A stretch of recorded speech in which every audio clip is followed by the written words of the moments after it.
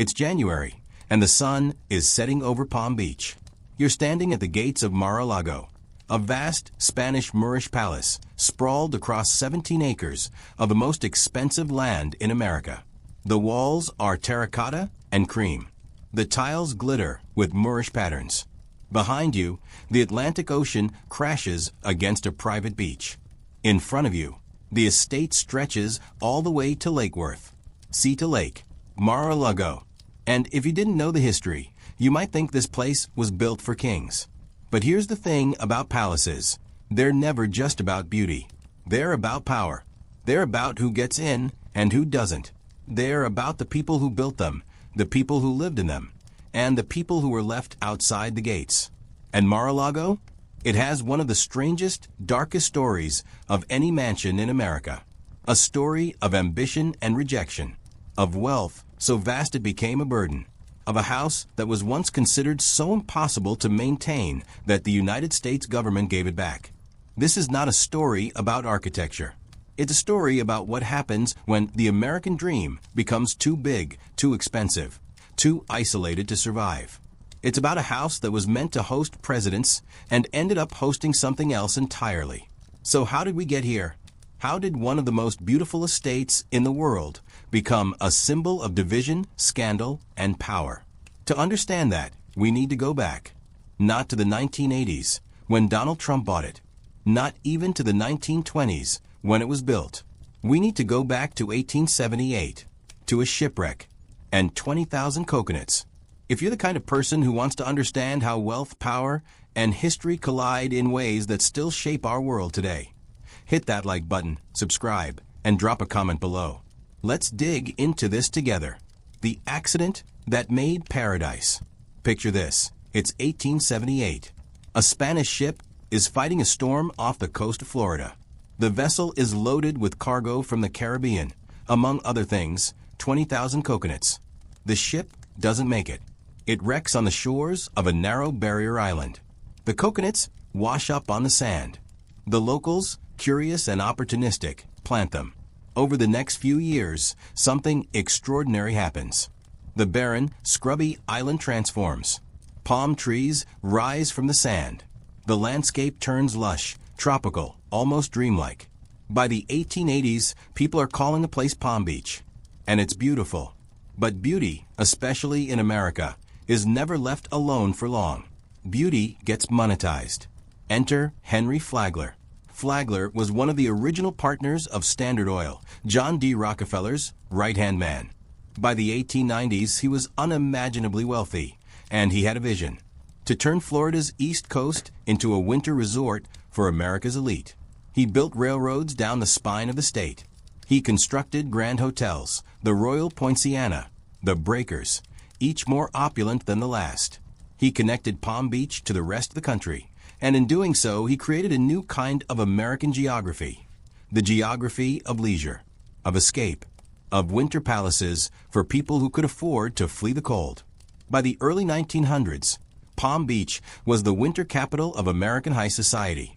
Vanderbilts, Astors, Carnegies, they all came. They built mansions along the ocean. They threw parties that lasted for weeks.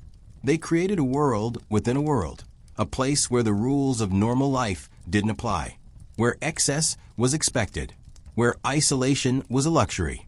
And into this world, in the 1920s, came Marjorie Merriweather Post, the woman who wanted a kingdom.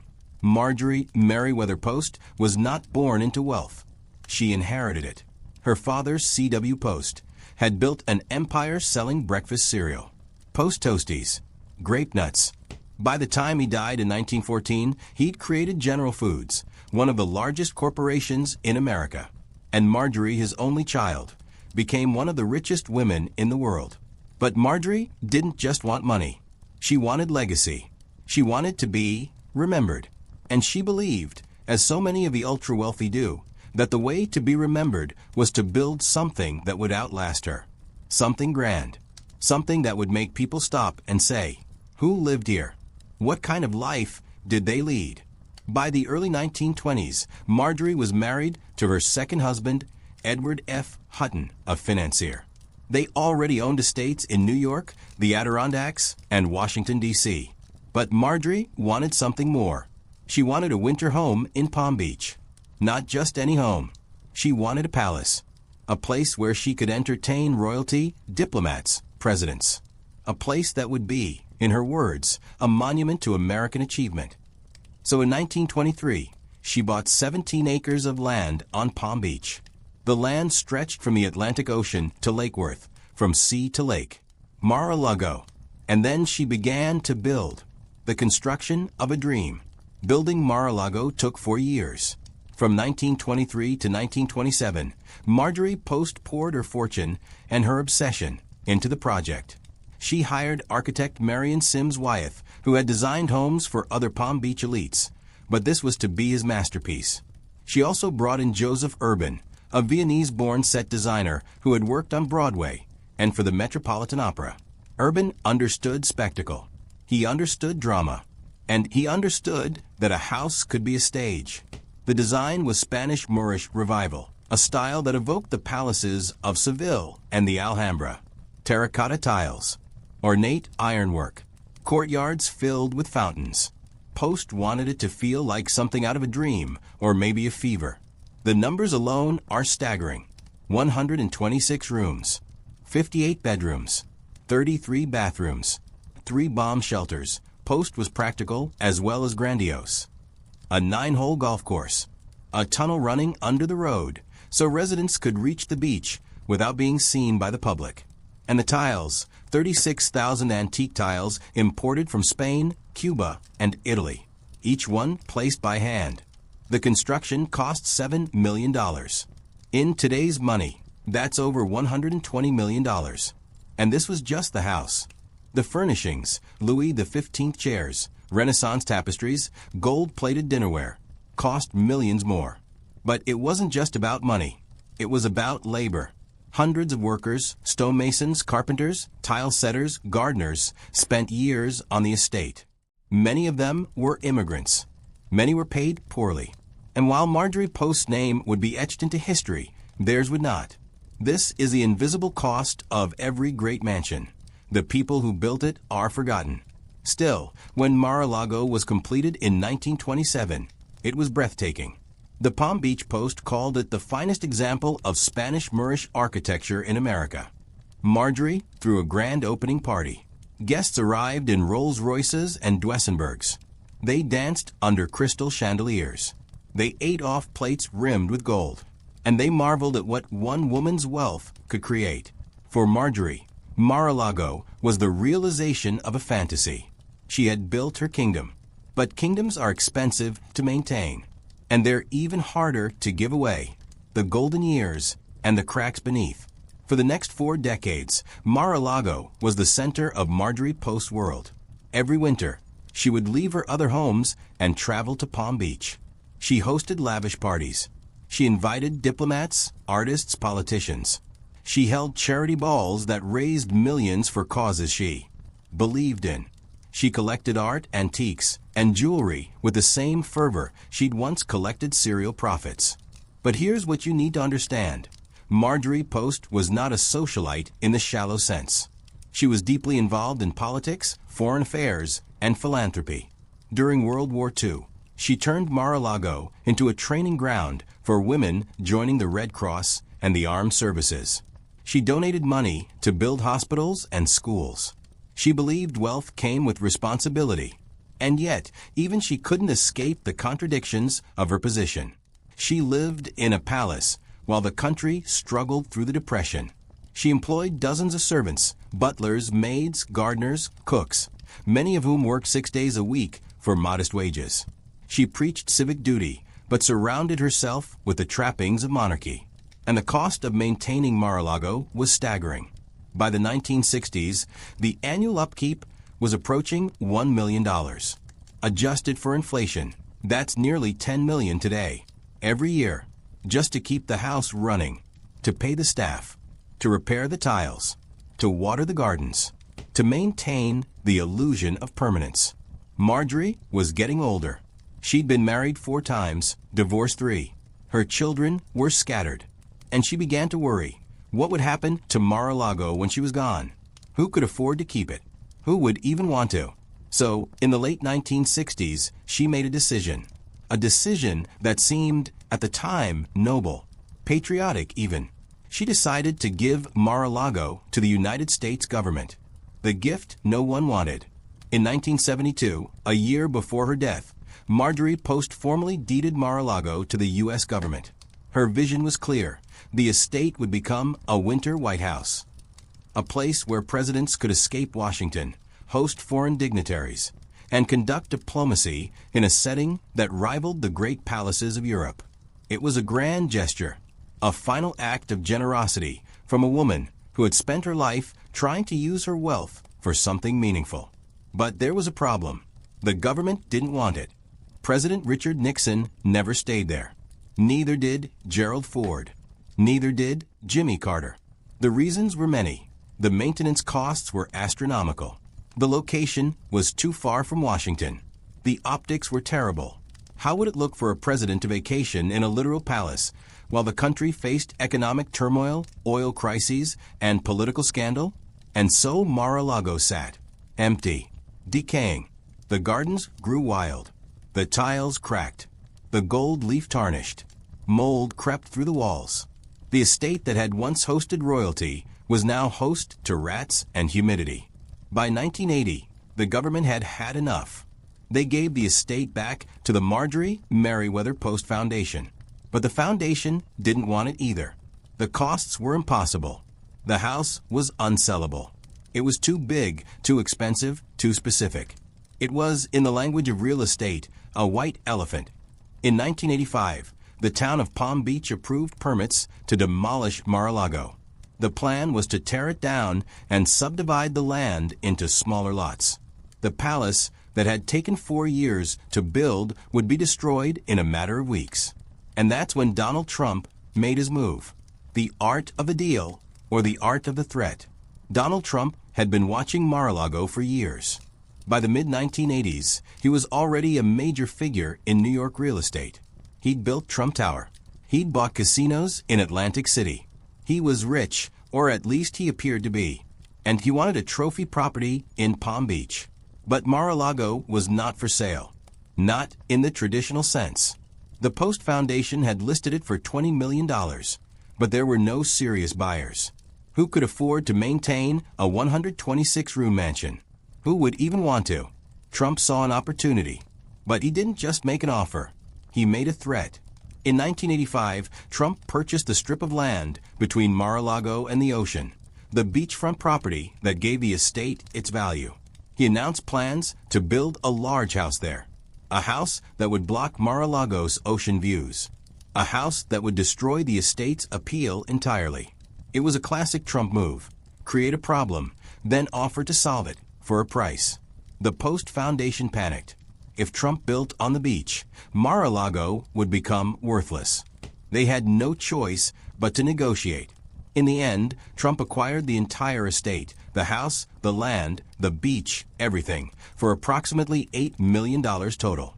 Some sources say $5 million for the estate and $3 million for the beach. Either way, it was a steal. A palace that had cost over $100 million to build, in today's dollars, was now owned by a New York real estate developer who'd never lived in Florida. But ownership was just the beginning. The real question was, what would Trump do with it? The transformation from private palace to private club. At first, Trump treated Mar-a-Lago as a private residence. He renovated parts of it. He restored the gold leaf. He threw parties. He invited celebrities. But very quickly, he realized the same thing Marjorie Post's heirs had realized. The house was impossibly expensive to maintain. The annual cost of running Mar-a-Lago was crushing. Staff salaries, repairs, landscaping, insurance, taxes. Trump was bleeding money. He needed a solution. So in 1995, he made a radical decision. He would turn Mar-a-Lago into a private club. This was controversial. Palm Beach was home to some of the most exclusive clubs in America. The Everglades Club, the Bath and Tennis Club, places where membership was hereditary, where wealth alone wasn't enough to get you in. These clubs were bastions of old money, old power, and old prejudice. Many had unwritten rules excluding Jews, African Americans, and anyone who didn't fit the WASP social mold. Trump's club would be different. He set the membership fee at $100,000, later raised to $200,000. And he made it clear, anyone who could pay could join. Jews, African Americans, new money, self-made millionaires, people who would have been turned away from every other club in Palm Beach. Was this a moral stand or a business decision? Probably both. Trump was not an ideologue. He was a pragmatist. He saw a market of wealthy outsiders who wanted access to Palm Beach society and were willing to pay for it. He also understood the power of breaking taboos. By opening his club to people the old guard rejected, he positioned himself as a disruptor, an outsider, a fighter against the establishment. And it worked. Within a few years, Mar-a-Lago was one of the most sought-after clubs in Palm Beach. Membership waiting lists stretched for years. Trump hosted weddings, charity galas, political fundraisers. He built a new ballroom, 20,000 square feet, modeled after Versailles, just to accommodate the demand. Mar-a-Lago was no longer a private palace. It was a business, a brand, a symbol of Trump's ability to turn controversy into profit. But there was a cost. The estate that Marjorie Post had envisioned as a monument to diplomacy and culture was now a wedding venue. The grand salons where foreign ambassadors once dined were now rented out for corporate events. The house had been saved from demolition, yes, but it had also been transformed into something else entirely, something louder, something brasher, something very different from what its creator had intended. And the story didn't end there. The winter. White House redux. In 2016, Donald Trump was elected President of the United States. And suddenly, Mar-a-Lago became what Marjorie Post had always wanted it to be, a winter White House. Trump spent nearly every weekend of his presidency at the estate. He hosted foreign leaders there, Japanese Prime Minister Shinzo Abe, Chinese President Xi Jinping. He held meetings on the patio, surrounded by club members taking photos on their phones.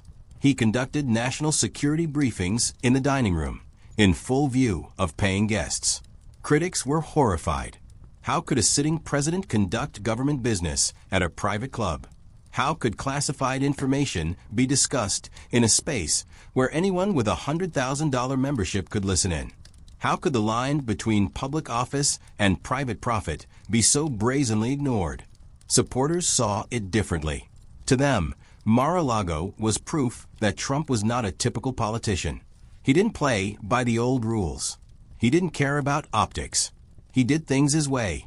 But here's what's undeniable.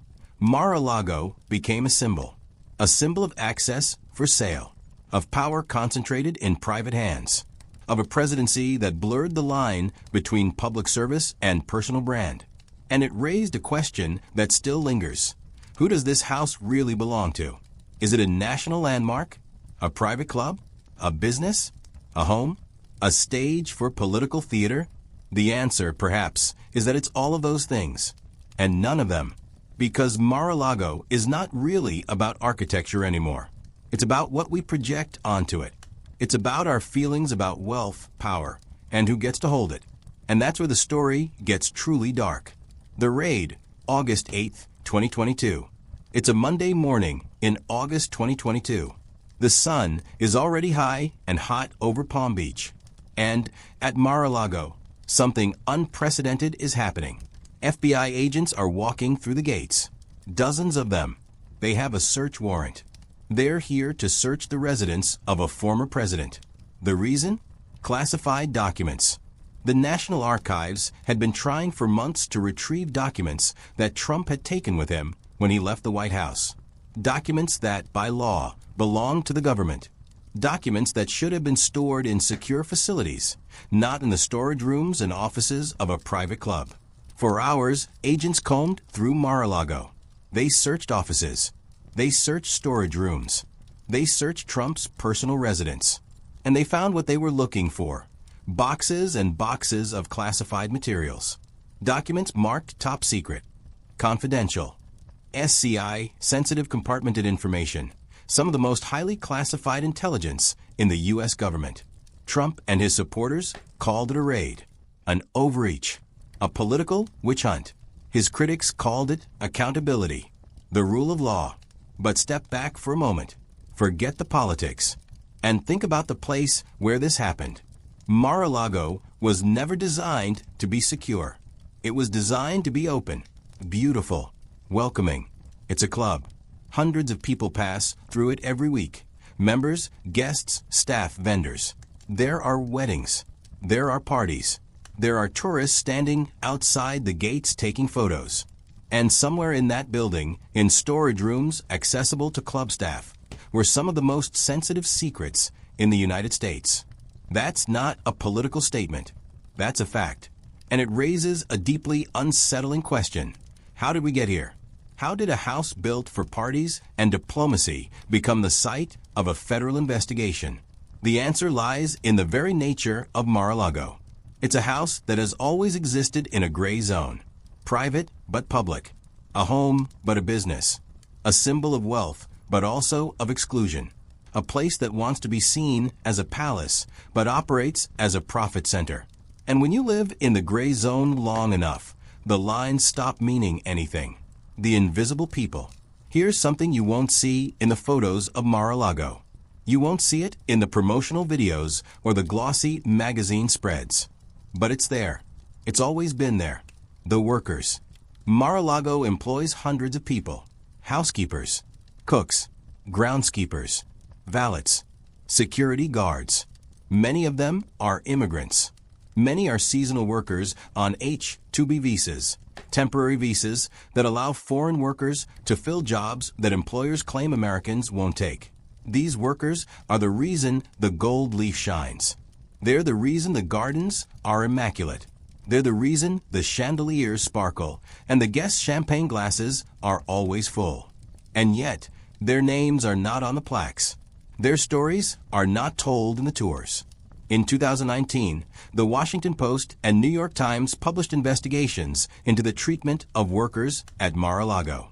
They found that many were paid low wages, that they worked long hours with few breaks, that some were undocumented, employed by subcontractors in violation of immigration laws, that when workers complained or tried to organize, they were let go. This is not unique to Mar-a-Lago. This is the story of nearly every grand estate in history. The beauty you see is built on invisible labor. The luxury you admire is subsidized by people who will never enjoy it. But it's especially jarring at Mar-a-Lago because the man who owns it built his political career on a platform of America First and opposition to illegal immigration. And yet his own club was employing undocumented workers. His own business was relying on the very people his policies sought to exclude. Does that make him a hypocrite? Maybe. Or maybe it just makes him a businessman. Someone who understands that grand estates, whether they're owned by serial heiresses or real estate moguls, have always depended on the labor of people who are kept just out of sight. And that's the deeper tragedy of Mar-a-Lago. It's not just about one man or one presidency. It's about a system. A system where wealth creates spaces that exist above the rules, where power insulates itself behind gates and guards, where the people who make the magic happen are never part of the story. The cost of beauty. Let's talk about money for a moment, because money is what Mar-a-Lago has always been about.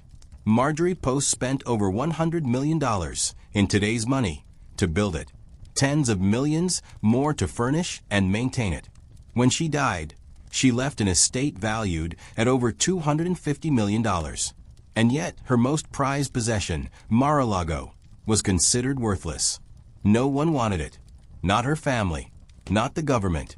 Not any private buyer. Donald Trump bought it for $8 million. He turned it into a club. Today, it's estimated to be worth over $300 million. Membership fees alone bring in tens of millions every year.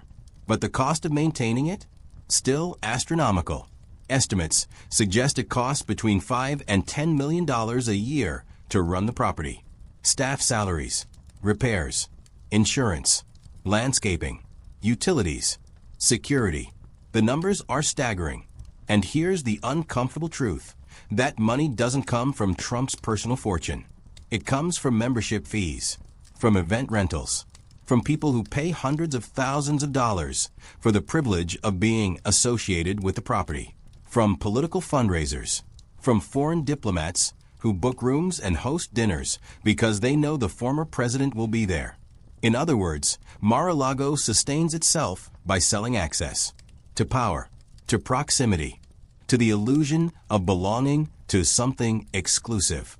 And maybe that's what it's always been. Not a home, not a palace, not even a club, really, but a transaction, a place where everything, beauty, history, status, even national security, is for sale if you can afford the price of admission.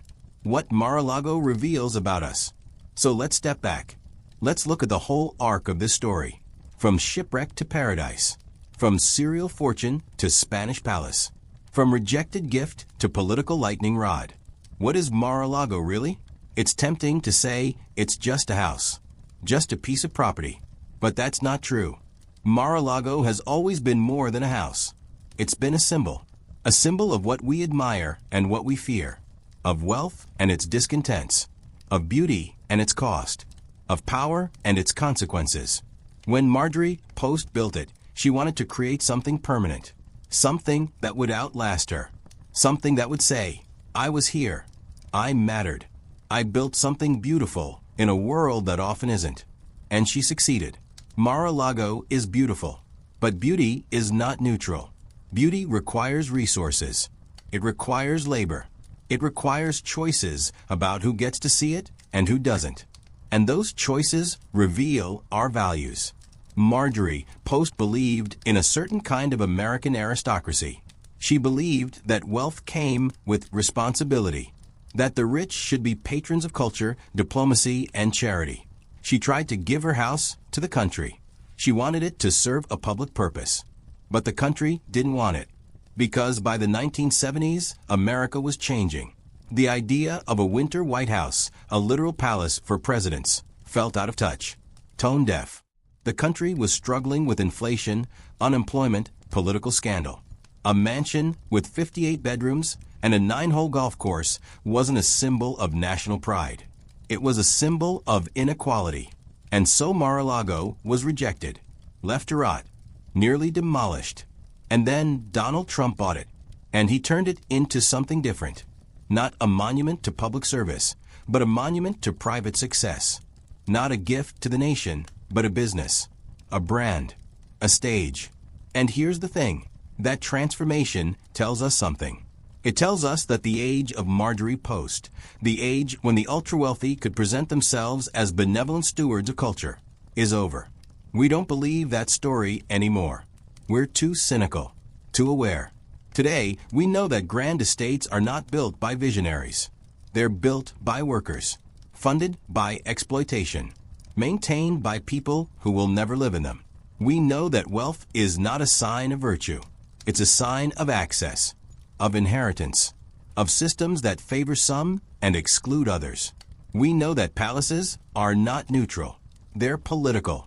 They're statements about who matters and who doesn't. And Mar-a-Lago, in its strange, contradictory way, reflects all of that. It's a house that was built to celebrate wealth, rejected because wealth became unfashionable, and then resurrected as a monument to the very thing America claims to hate but can't stop watching. Shameless, unapologetic, self-promoting power. The question we can't escape. So here's the question we're left with. The question that Mar-a-Lago forces us to confront. What do we owe each other? Marjorie Post thought wealth came with responsibility. That if you were rich, you should build something beautiful, host diplomats, support the arts, give back. She lived in a palace, yes, but she tried to make that palace mean something. Donald Trump thinks differently. For him, wealth is about winning, about making deals, about proving you're smarter, tougher, richer than everyone else. Mar-a-Lago isn't a gift. It's a trophy. And the fact that it makes money, lots of money, is proof that he won. Which worldview is right? Maybe neither. Maybe both. Because here's the truth. Both of them lived in a world that allowed them to accumulate wealth that most people can't even imagine. Both of them benefited from systems, inheritance, tax breaks, cheap labor, that concentrated power in the hands of a very few. Both of them built their lives on the invisible work of others. The difference is only in the story they told themselves. Post told herself she was a steward. Trump tells himself he's a winner. But the workers who clean the rooms, the gardeners who trim the hedges, the cooks who prepare the meals, they're not part of either story. They're just there, doing the work, making the beauty possible, and then going home to places that look nothing like Mar-a-Lago. And maybe that's the real tragedy. Not that Mar-a-Lago exists, but that we've built a world where places like Mar-a-Lago are possible, where 17 acres of oceanfront land can be owned by one person, where a single house can cost more than most people will earn in 100 lifetimes, where beauty and power are so concentrated that the rest of us can only look at them from the outside. The ghosts of Mar-a-Lago. If you walk through Mar-a-Lago today, if you're a member or a guest at a wedding or just someone standing outside the gates, you might not think about any of this. You might just see the tiles, the fountains, the gold leaf. You might think, this is beautiful. And it is. But if you listen closely, you might hear something else. The ghosts of everyone who built this place. The workers who laid the tiles. The servants who polished the silver. The gardeners who planted the palms. The diplomats who were turned away. The presidents who refused to stay. The families who couldn't afford the membership fees. The people who were never meant to be part of the story. Mar-a-Lago is haunted, not by spirits, but by choices. By the choices we make about who gets to live in beauty and who doesn't. About what we value and what we ignore.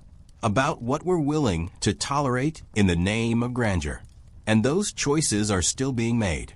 Every day, at Mar-a-Lago and places like it, in Palm Beach and in every gated community in America, in every private club, every luxury resort, every exclusive enclave where the gates are high and the people inside tell themselves they earned the right to be there. Maybe they did, maybe they didn't, but the gates are still there, and so are the people outside them. The ballroom, a monument to excess. Let's talk about the ballroom. Because the ballroom is where the contradictions of Mar-a-Lago are most visible. In the 1990s, when Trump converted Mar-a-Lago into a private club, he realized he needed more event space. The original house was grand, yes, but it wasn't big enough to host the kinds of weddings, galas, and corporate events that would generate real money. So he built a new ballroom, 20,000 square feet, modeled after the Palace of Versailles. Gold leaf columns, crystal chandeliers, frescoed ceilings, marble floors. It cost millions of dollars, and it was designed for one purpose, to make people feel like royalty. Today, you can rent the Mar-a-Lago ballroom for your wedding. It'll cost you somewhere between $200,000 and $500,000, depending on the season and the guest count. That price includes the venue, the food, the service, the flowers. But it also includes something else, something intangible. It includes the story, the feeling of being married in a palace, of walking down a marble aisle under crystal chandeliers, of dancing on floors that presidents have walked on. People pay for that feeling. They pay a lot. But here's what they're not paying for. They're not paying the workers a living wage. They're not paying for the environmental cost of maintaining 17 acres of lawns in a state facing water shortages. They're not paying for the social cost of building walls, literal and metaphorical, that keep most people out. The ballroom is beautiful, but it's also a monument to a very specific vision of success. A vision where wealth is not just a means to an end, but the end itself. Where the point is not to create something meaningful, but to create something expensive. Where the goal is not to share beauty, but to hoard it. And that's the thing about Mar-a-Lago. It's not just a house. It's a worldview. A worldview that says, if you can afford it, you deserve it. If you can't, you don't. The lawsuits, the scandals, the fights. Mar-a-Lago's history is not just about parties and presidents. It's also about conflict. When Trump first tried to turn the estate into a club, the town of Palm Beach fought him. Hard. They didn't want a commercial club in a residential neighborhood. They didn't want the traffic, the noise, the outsiders. Trump sued. The town fought back. There were hearings, negotiations, compromises. Trump accused the town of anti-Semitism, pointing out that the old guard clubs excluded Jews while his club welcomed them. The town accused Trump of exploiting the issue for business gain. In the end, Trump won. He got the permits. The club opened. But the resentment lingered. To this day, Mar-a-Lago is a source of tension in Palm Beach. Locals complain about the helicopters, the motorcades, the Secret Service closures. They complain about the spotlight, about the media, about the way their quiet, exclusive town has become a symbol of something they don't want to be associated with. And there have been other scandals.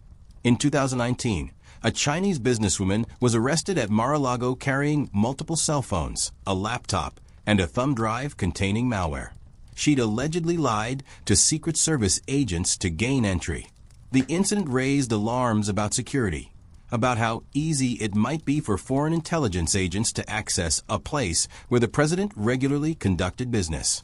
In 2021, Trump moved his official residence from New York to Mar-a-Lago. Critics argued that this violated his 1993 agreement with the town, which stipulated that Mar-a-Lago was a club, not a private residence. In 2022, the FBI raid brought the estate back into the headlines in the most dramatic way possible. Every few years, it seems, Mar-a-Lago is at the center of a new controversy, a new lawsuit, a new scandal. And that's because it exists in a space where the rules are always being tested, always being bent, always being redefined by whoever has the power to do so. The environmental cost. Here's something else we don't talk about enough. The environmental cost of places like Mar-a-Lago. 17 acres of manicured lawns in South Florida. Do you know how much water that takes? How much fertilizer? How much pesticide? Palm Beach is built on a barrier island, a fragile ecosystem that's already under threat from rising sea levels, hurricanes, and overdevelopment. And Mar-a-Lago is right on the ocean. Literally, the beach is eroding. Every year, the ocean comes a little closer. Climate scientists predict that within the next few decades, much of Palm Beach could be underwater. And yet, the estate's gardens are still being watered. The lawns are still being mowed.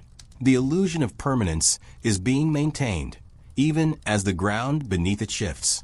This is not unique to Mar-a-Lago. This is the story of wealth in the age of climate change. The rich build their palaces on the coasts, in the deserts, in the mountains.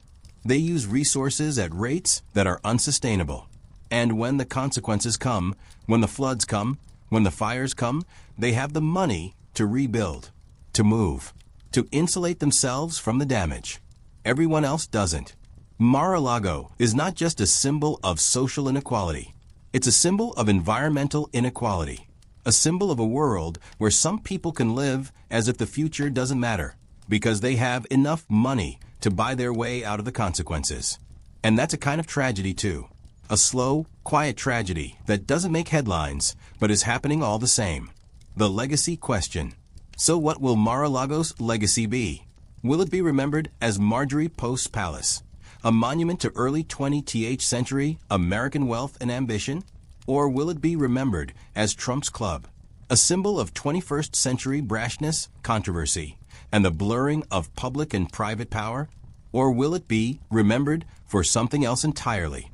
For the FBI raid? For the security breaches? For the workers who were exploited? For the environmental cost? The truth is, we don't get to choose. History is not written by the people who own the palaces. It's written by everyone who watches, everyone who remembers, everyone who asks, what did this place mean? What did it cost? Who paid for it? And those are the questions that will determine Mar-a-Lago's legacy.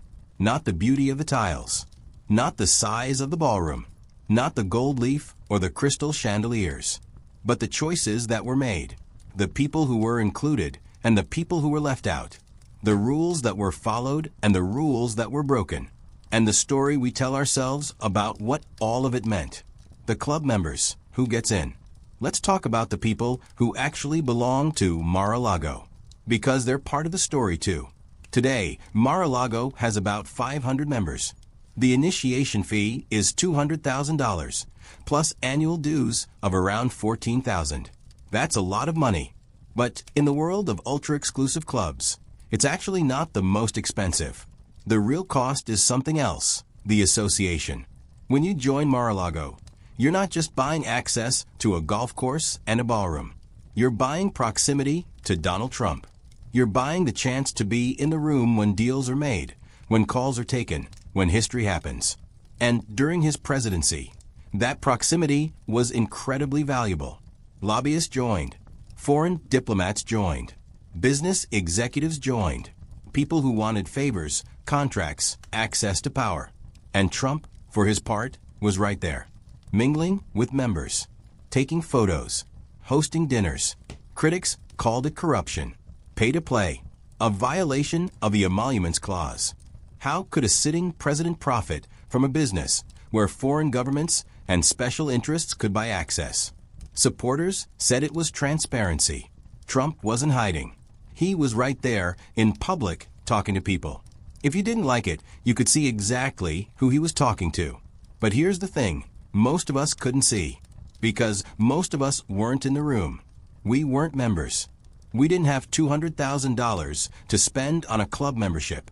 We were outside the gates, reading about it in the news, trying to understand what was happening in a world we weren't part of.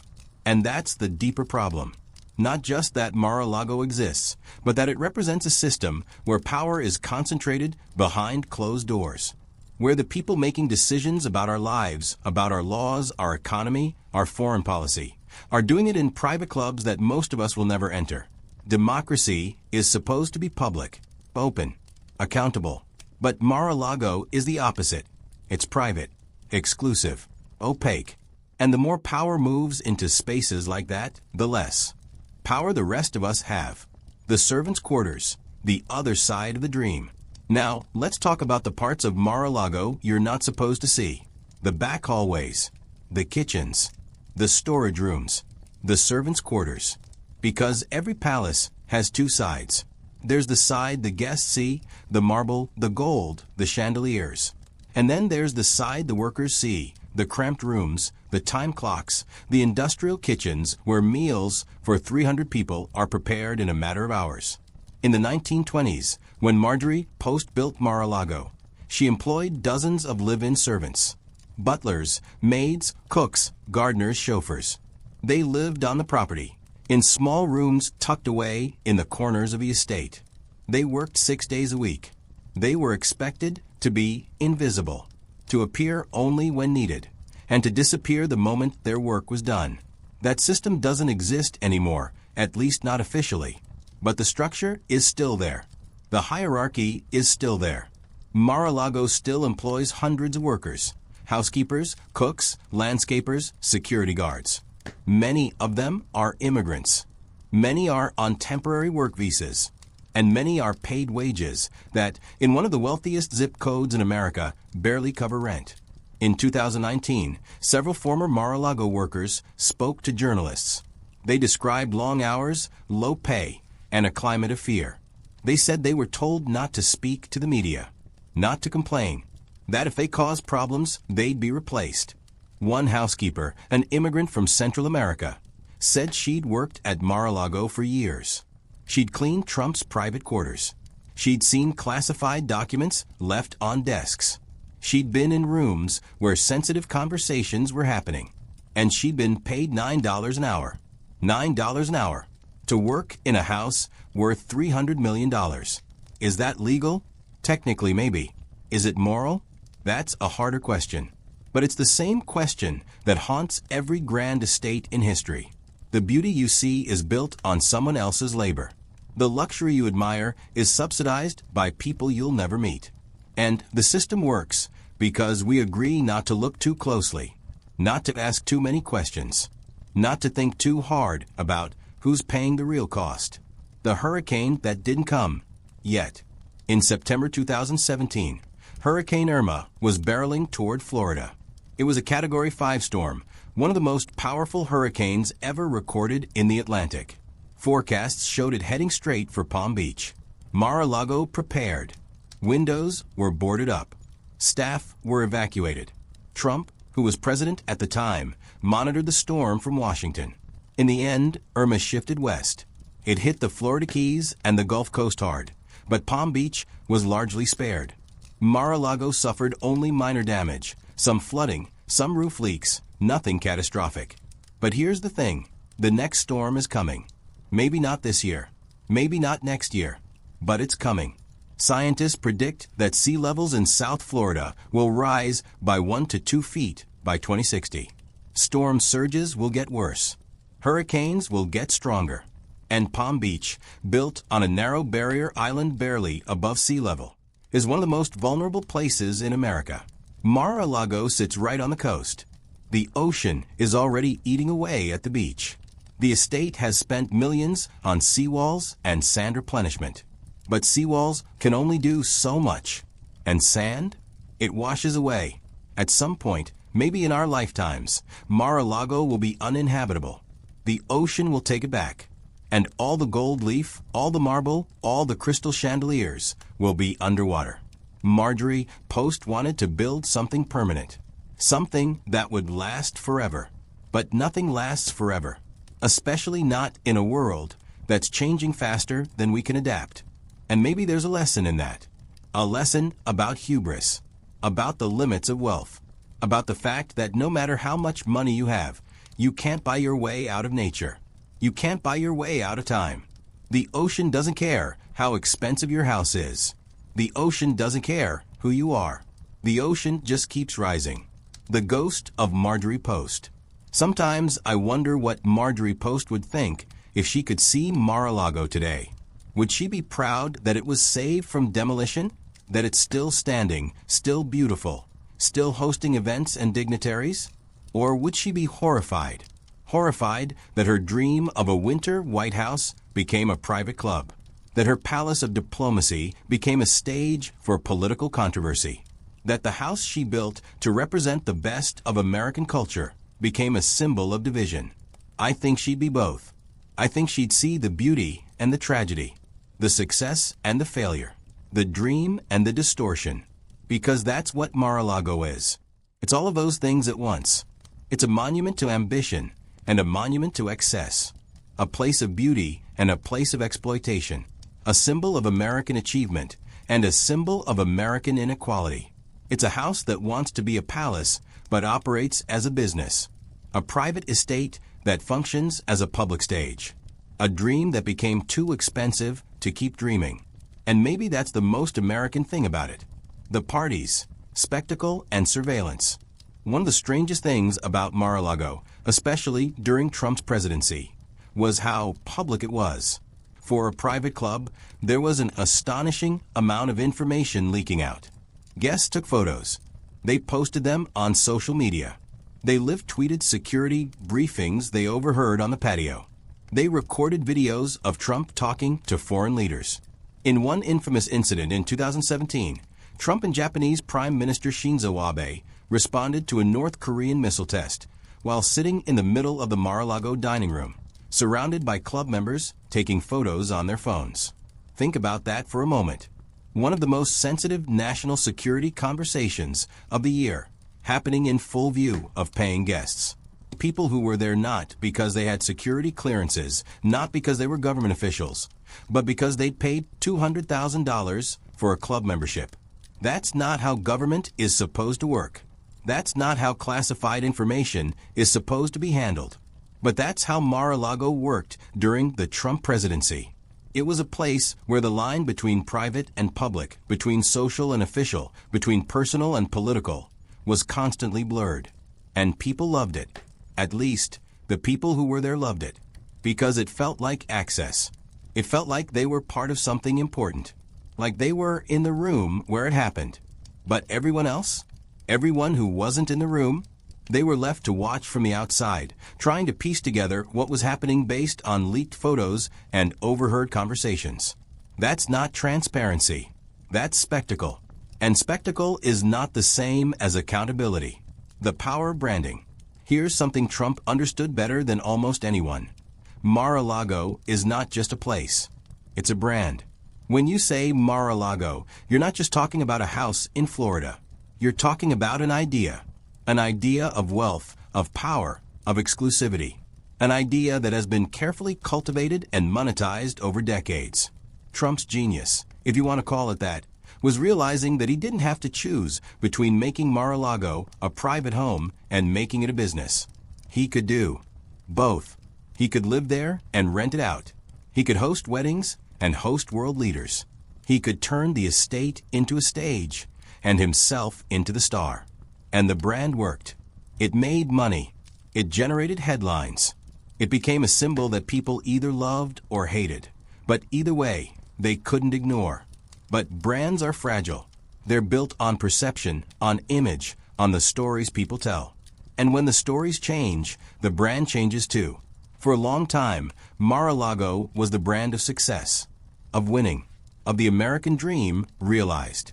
Now, for many people, it's the brand of something else, of corruption, of entitlement, of a system where the rich play by different rules.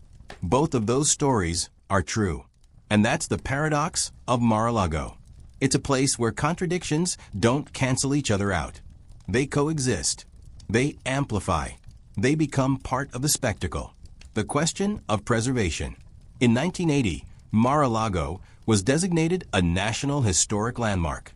That's a prestigious designation, reserved for properties of exceptional historical significance. It means the estate is protected. It can't be demolished. It can't be substantially altered without approval. And that raises an interesting question. Why preserve it? Yes, Mar-a-Lago is beautiful. Yes, it's architecturally significant. But so are a lot of buildings. What makes this one worth protecting? Is it because it represents the pinnacle of 1920s design? Because it's a monument to Marjorie Post's vision and ambition? Or is it because it represents something darker? Something about American wealth, American power, and the systems that create and sustain them? Maybe it's both. Maybe the reason to preserve Mar-a-Lago is not because it's perfect, but because it's complicated. Because it forces us to confront questions we'd rather avoid. Questions about inequality, about access, about who gets to live in beauty and who doesn't. Historic preservation is not just about saving buildings. It's about deciding which stories we want to tell, which past we want to remember, and which lessons we want to carry into the future. Mar-a-Lago is worth preserving not because it's admirable, but because it's revealing, because it shows us, in stark and uncomfortable detail, what happens when wealth becomes concentrated, when power becomes privatized, when beauty becomes a commodity. Those are lessons we need to remember, not because they make us feel good, but because they make us think. The courtroom, accountability, or theater. As of 2024, Mar-a-Lago is once again at the center of legal controversy. The classified documents case. The investigation into potential violations of the Presidential Records Act. The questions about obstruction of justice. Trump's legal team argues that the documents were his personal property, that he had the authority to declassify them, that the search was politically motivated. Prosecutors argue that the documents belonged to the government, that they were stored improperly, that national security was compromised. The case is ongoing, and it's playing out not just in courtrooms, but in the media, in Congress, in public opinion. And once again, Mar-a-Lago is the stage. But here's what's striking. No matter what happens in the legal case, Mar-a-Lago has already become a symbol of a broader debate about accountability, about whether the rich and powerful are subject to the same laws as everyone else, about whether wealth and influence can insulate you from consequences. For Trump's supporters, Mar-a-Lago represents resistance, a refusal to bow to what they see as a corrupt establishment. For his critics, Mar-a-Lago represents impunity, a monument to a man who has spent his life bending rules and escaping accountability. Both sides see the estate as proof of their worldview. And that's because Mar-a-Lago has always been a mirror. It reflects back whatever you bring to it, your hopes, your fears, your beliefs about power and fairness, and who deserves what. And maybe that's the most important thing about it. Not what it is, but what it makes us think about, what it makes us question, what it forces us to confront about ourselves and the world we've built. The view from the gates. Picture yourself standing outside the gates of Mar-a-Lago one more time. It's evening. The sun is setting. The palm trees sway in the warm Atlantic breeze. The terracotta walls glow in the golden light. Inside, somewhere a party is happening. Music drifts over the walls. Laughter. The clink of champagne glasses. You're not invited, and you never will be. Not because you've done anything wrong. Not because you're not smart or talented or hardworking. But because you don't have $200,000 to spend on a club membership. Because you weren't born into wealth. Because the system wasn't built for people like you. And standing there, outside the gates, you have a choice. You can admire the beauty. You can appreciate the architecture, the history, the craftsmanship. You can see Mar-a-Lago as an achievement, a symbol of what's possible when ambition and resources combine. Or you can see it for what it also is, a wall, a barrier, a line drawn between who matters and who doesn't, between who gets to live in beauty and who gets to look at it from the outside. Both views are true. Both are valid. And maybe the tragedy of Mar-a-Lago is that we can't seem to hold both of those truths at the same time. We can't admire the beauty without ignoring the cost. And we can't acknowledge the cost without feeling like we're destroying the beauty. But we have to try, because the only way forward is to see things clearly, to see the whole picture, the beauty and the exploitation, the achievement and the inequality, the dream and the damage. That's the story of Mar-a-Lago. That's the story of America. And it's the story we're still living, right now, on both sides of the gates. The children who grew up there. Let's talk about something we haven't touched on yet, the children. Marjorie Post had 4 daughters. They grew up, at least partly, at Mar-a-Lago. They spent winters there, summers in the Adirondacks, school years in New York. They lived in a world of almost unimaginable privilege, private tutors, debut balls, servants attending to their every need. But privilege is complicated, especially when you're a child. One of Post's daughters, Nadinia Hutton, who later became the actress Dina Merrill, spoke in interviews about what it was like to grow up in that world. She described feeling isolated, disconnected from reality. She said that when she finally left home and went to college, she was shocked to discover that most people didn't live the way she did, that most families didn't have 58 bedrooms and a staff of 30. She also described a kind of loneliness. Her mother was often busy, hosting parties, managing her businesses, traveling. The estate was enormous, but it wasn't warm. It was beautiful, but it wasn't a home in the way most people understand that word. And that's something we don't talk about enough when we talk about wealth. We focus on the excess, the luxury, the spectacle. But we forget that the people who live in these places are still people, still human, still shaped by their environments in ways that can be damaging. Growing up in a palace doesn't make you happy. It makes you different. And often it makes you lonely. The town that resents the house. Palm Beach has always had a complicated relationship with Mar-a-Lago. On the one hand, the estate is one of the most famous landmarks in the town. It's a tourist attraction. It brings attention, money, and prestige. It's part of Palm Beach's identity as a playground for the ultra-rich. On the other hand, many residents resent it. They resent the traffic, the noise, the Secret Service roadblocks, the helicopters landing on the lawn. The way their quiet, exclusive town has become synonymous with political controversy. During Trump's presidency, Palm Beach became a place where protesters and supporters clashed on street corners, where journalists camped out, where every weekend the town had to close roads, reroute traffic, and deal with the chaos that comes with hosting a sitting president.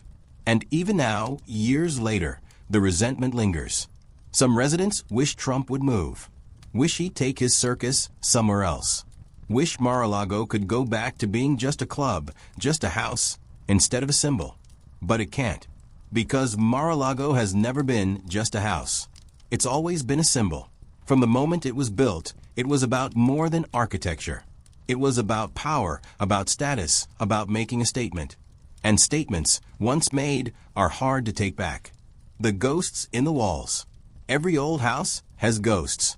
Not literal spirits, though some people claim Mar-a-Lago is haunted, but the ghosts of decisions, of choices, of lives lived and lost. Walk through Mar-a-Lago today, and you're walking through layers of history. The tiles Marjorie Post imported from Spain. The furniture she collected on trips to Europe. The gold leaf Donald Trump restored in the 1990s. The classified documents that were stored in a basement storage room. The wedding photos of strangers on the walls. The echoes of parties, scandals, power plays, and secrets. Every choice leaves a mark, and those marks accumulate. They become the character of a place. Mar-a-Lago's character is contradictory. It's beautiful and ugly, inspiring and disturbing, a monument and a warning. And maybe that's appropriate, because America's character is contradictory too.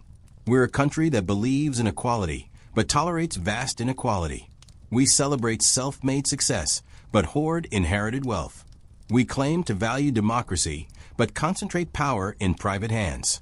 Mar-a-Lago doesn't resolve those contradictions. It embodies them. And that's why it's so compelling and so troubling. The unanswerable questions. Here's what I keep coming back to. The questions I can't answer. The questions maybe no one can answer. Is it wrong to build something beautiful if it requires exploitation? Is it wrong to admire something beautiful even when you know the cost? Can a house be both a work of art and a symbol of injustice? Can you preserve history without celebrating it? Can you critique wealth without sounding envious? Can you hold space for complexity in a world that wants simple answers? I don't know. I don't think there are clean answers to any of these questions, but I think we have to ask them. We have to sit with the discomfort they create. Because if we don't, if we just write off Mar-a-Lago as bad or celebrate it as impressive without digging deeper, then we're missing the point. The point is not to judge Mar-a-Lago. The point is to understand what it reveals about wealth, about power, about the systems we've built and the choices we've made and the world we've inherited. Mar-a-Lago is a mirror, and mirrors don't lie. They just show you what's there, whether you want to see it or not. What comes next? So what happens now? What's the future of Mar-a-Lago? Legally, it's complicated. There are ongoing investigations, potential indictments, civil lawsuits, questions about whether Trump can continue to use the estate as a residence, given the agreements he made with the town in the 1990s. Financially, it's still profitable. Membership fees, event rentals, and the Trump brand keep the money flowing. As long as people are willing to pay for access, Mar-a-Lago will survive. Environmentally, it's on borrowed time. Sea level rise is not a question of if, but when. At some point, the ocean will make the estate uninhabitable. Maybe not for decades, but it's coming. Culturally, it's a battleground. For some, it's a symbol of resistance and strength. For others, it's a symbol of corruption and excess.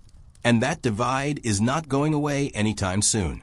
But here's what I think will happen in the long run. I think Mar-a-Lago will outlast the people who fight over it. I think it will still be standing, or at least partially standing, long after Trump, after you, after me. And future generations will look at it the way we look at the mansions of the Gilded Age, with a mix of awe and discomfort. They'll marvel at the craftsmanship. They'll critique the excess. They'll ask, how did they justify this? What were they thinking? What kind of world allowed this to exist? And maybe they'll learn something. Maybe they'll see the patterns. The way wealth concentrates. The way power insulates itself. The way beauty can coexist with cruelty. Or maybe they won't. Maybe they'll build their own Mar-a-Lagos, their own palaces, their own walls. Because that's the thing about history. It doesn't teach us lessons unless we're willing to learn them. And we're not always willing. The final irony. There's a final irony to the story of Mar-a-Lago. And it's this. Marjorie Post wanted permanence. She wanted to build something that would last forever. Something that would be a gift to the nation. A symbol of American greatness. She failed. The government didn't want her gift. The house nearly fell into ruin. It was almost demolished. And when it was finally saved, it was saved not as a monument to public service, but as a private business, a brand, a symbol of personal wealth and power. Everything she built, everything she intended, was transformed into something else. But here's the deeper irony. Mar-a-Lago did become permanent, just not in the way Post imagined. It became permanent because it became controversial, because it became a symbol. And symbols, once they take hold in the public imagination, are very hard to erase.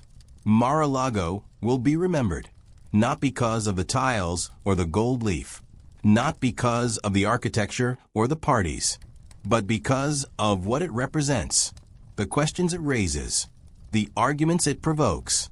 And maybe that's a different kind of permanence, not the permanence of stone and mortar, but the permanence of meaning, of memory, of the stories we tell ourselves about who we are and who we want to be, the people who will never tell their stories.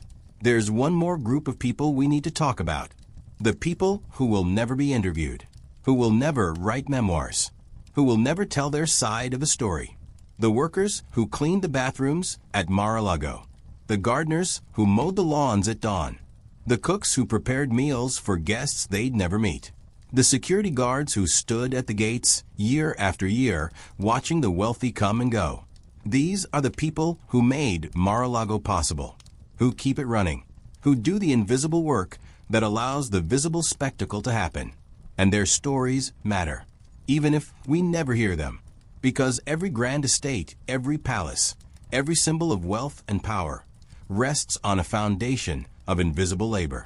And if we forget that, if we only tell the stories of the people who own the house, who lived in it, who fought over it, then we're telling an incomplete story. We're telling a story that erases the people who did the actual work, who paid the actual cost. And that's not just unfair, it's dishonest. So when you think about Mar-a-Lago, think about them. Think about the people whose names you don't know, whose faces you've never seen, who were there every day keeping the dream alive for someone else. They're part of the story too, maybe the most important part, what Mar-a-Lago teaches us. So what have we learned? What does Mar-a-Lago teach us if we're willing to listen? It teaches us that beauty has a cost, always, and that cost is paid by someone, often by people who will never enjoy the beauty they helped create. It teaches us that wealth is not the same as worth, that having money doesn't make you virtuous, that building something grand doesn't mean you've built something good. It teaches us that power seeks privacy, that the wealthy and powerful will always try to create spaces where they can operate outside the rules that govern everyone else, where they can make decisions behind closed doors, where they can turn access into profit. It teaches us that preservation is complicated, that we can't just save the beautiful things and ignore the ugly truths behind them, that history is not a museum exhibit. It's a living conversation about who we are and what we value. And it teaches us that nothing lasts forever.